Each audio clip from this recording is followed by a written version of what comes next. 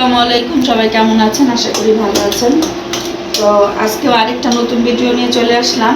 আর আজকে আমি বাজমু হইলো এই যে মুরগির মাংস, টক দই, তারপরে এখানে যাবতীয় যত মশলা আছে, আদা রসুন গরম মশলা, অনেক একটা ডিম দিয়া, তারপরে আটা দিয়ে এটা ম্যারিনেট করে রাখছি, অনেকক্ষণ আগে করে রাখছি। এখন এটি বাজমু। আর আজকে ইফতারি করবো। ওই যে কালকে খিচুড়ি রাখছিলাম, অনেক খিচুড়ি আছে, তা এত খিচুড়ি অপচয় করে ফালায় তো লাভ নাই। খিচুড়িগুলো রয়েছে তো এগুলো গরম করতেছি। আর আর হলো এখানে যে পেঁয়াজি বাজমু, সালাদ পেটটা নিতেছি, তো এগুলো করবো। এখন এই যে আমি মুরগিগুলো বাইজে নেবো। আর গরু গোস্ত একটু আছে, তো আজকে ইফতারি হয়ে যাব। আর বাসায় তো বললামই একদিন যে মানুষ কম, ইফতারির এত আয়োজন করতে ভালো লাগে না। তো এগুলো বাজমু এখন, এগুলো মশমশে করে বাজবো। আর পেঁয়াজি বাজমু। আর খিচুড়ির সাথে কিন্তু ডিম ভাজা অনেক মজা, দুটো ডিম ভাজবো। তো এখানে আমি সব কিছু কমপ্লিট করে রাখছি। সালাদের চুলকা ফালাই দিচ্ছে, এগুলো কাটবো। এখন মুরগিটা বাইছিলাম, তেল গরম হয়েছে।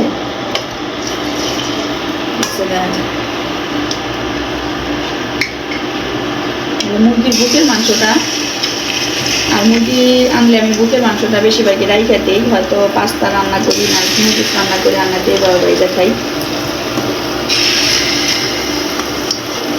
আর ইদানিং আমার কণ্ঠটা এমন হয়ে যাইতেছে, ঠান্ডায় গলার ভিতরে সমস্যা হইতেছে, এই কারণে অবস্থা।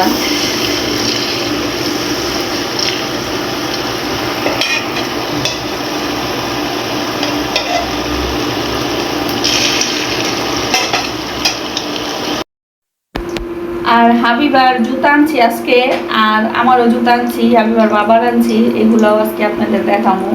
যে মার্কেট বলতে হাবিবার মার্কেট মাত্র জুতা আনা হয়েছে, তা এক জোড়া আনা হয়েছে, 2 জোড়াই আনছিলাম। এক জোড়া জুতার একটু সমস্যা হয়েছে দেখে ওটা ফেরত দিচ্ছি, ওইটা আবার আনবো আজকে রাত্রেই। আর বাকি যেটা আনছি ওগুলো আপনাদের সাথে দেখাবো, তবে এটা ইফতারি পরে। একটু হালকা উল্টাই দেবো আমি, সব একসাথে লেগে গেছে।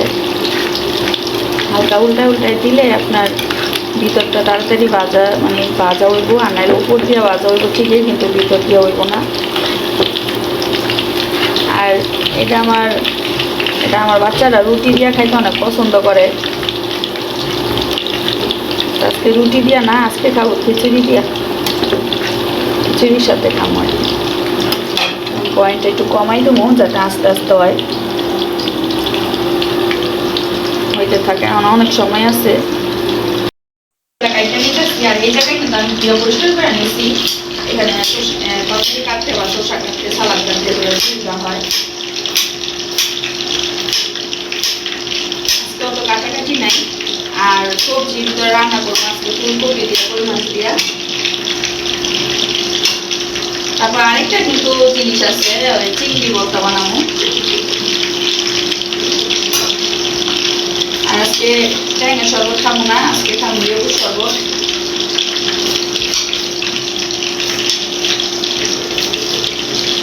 হয়ে গেছে, অনেক সুন্দর একটা কালার হয়েছে, দেখুন। এত ক্যামেরাতে বুঝা যেতেছে না, একদম মচমচ হয়ে গেছে। এখন নামায় ফেলবো।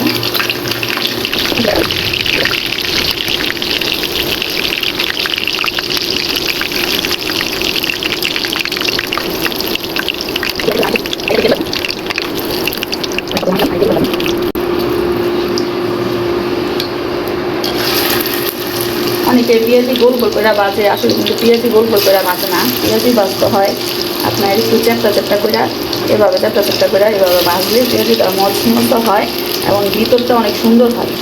আর গোল করে বাজলে কিন্তু পেঁয়াজির ভিতরটা সুন্দর হয় না, আলু চপের মতো দেখা যায় আর কি। পেঁয়াজি বাজতে এভাবে।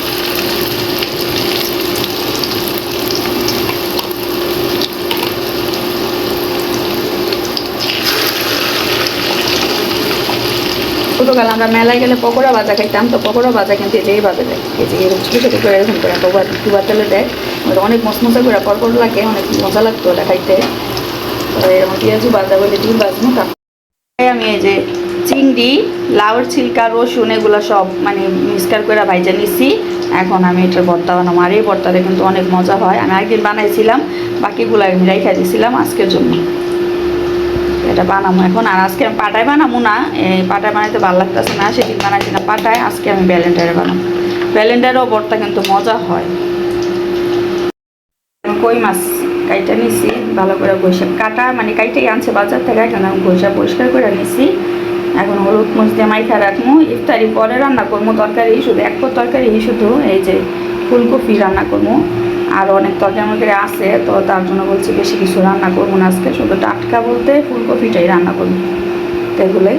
আর এই মাছগুলো আমি ভালো করে ধুইছি, এখন এটা হলুদ মরিচ দিয়ে মাইখা রেখে দেবো।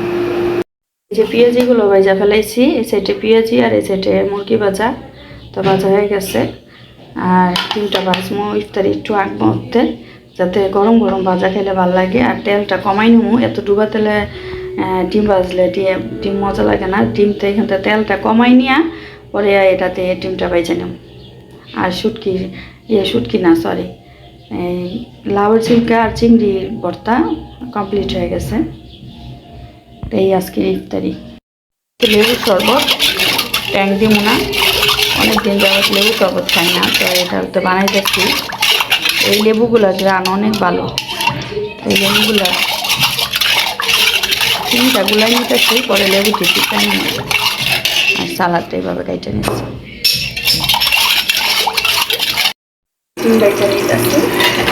তেলটা এখানে কিন্তু কমাই নিচ্ছি, অল্প তেল দিয়ে বাঁচতেছি ডিমটা। ডিম বেশি ডুবার তেলে বাজলে ডিমের এত তেল চপচপ করে, ওই ডিম খাইতে মজা লাগে না। ডিমটা পরিমাণ মতো তেল দিয়ে ডিম ভাজলে ডিমটা ভাজাও সুন্দর হয়, খাইতেও মজা লাগে। আর আমি কিন্তু ডিম সিদ্ধ কোনো কিছুই খাই না, খাইলে ডিম ভাজাই খাই। এই কারণে আমার খিচুড়ির সাথে ডিম ভাজা অনেক ভালো লাগে, আমার অনেক পছন্দের খাবার।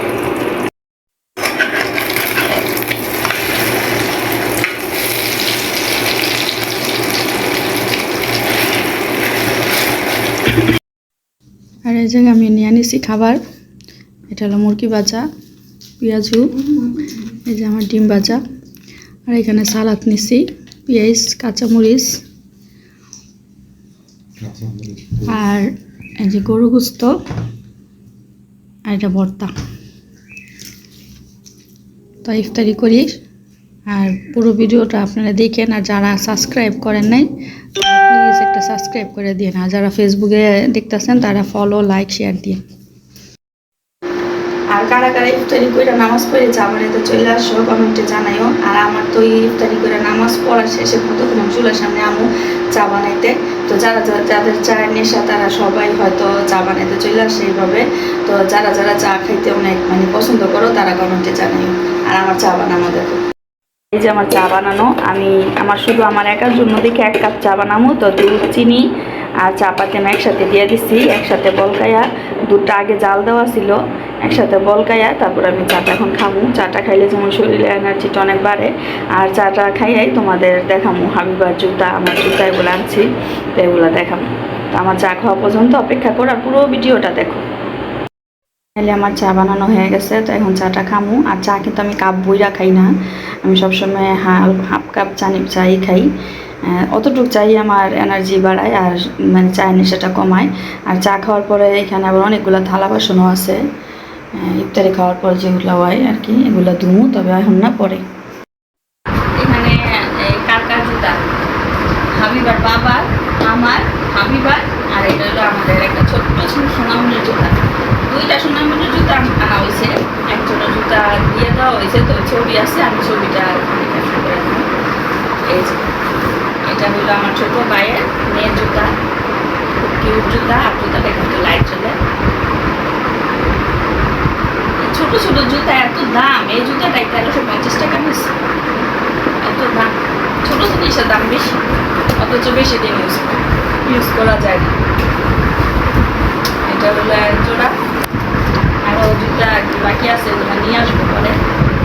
আর এই যেটা আমি বাড়িবার ড্রেস নিয়েছি, আরেক জুতা আনছিলাম, বললাম তো আগে যে জুতা ওইটা একটু প্রবলেম দেওয়া দিচ্ছে, ওইটা আমার ফেরত দেওয়া হয়েছে, ওটা নিয়ে আসবো পরে।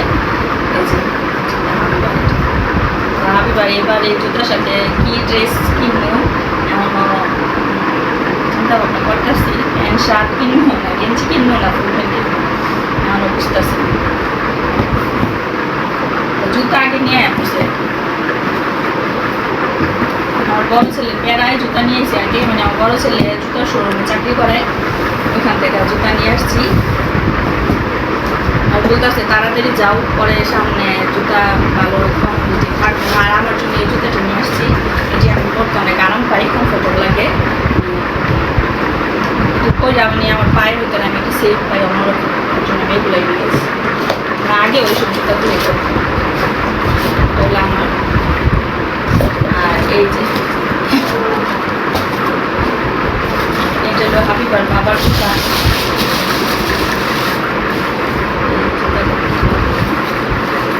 সোলটা অনেক ভালো।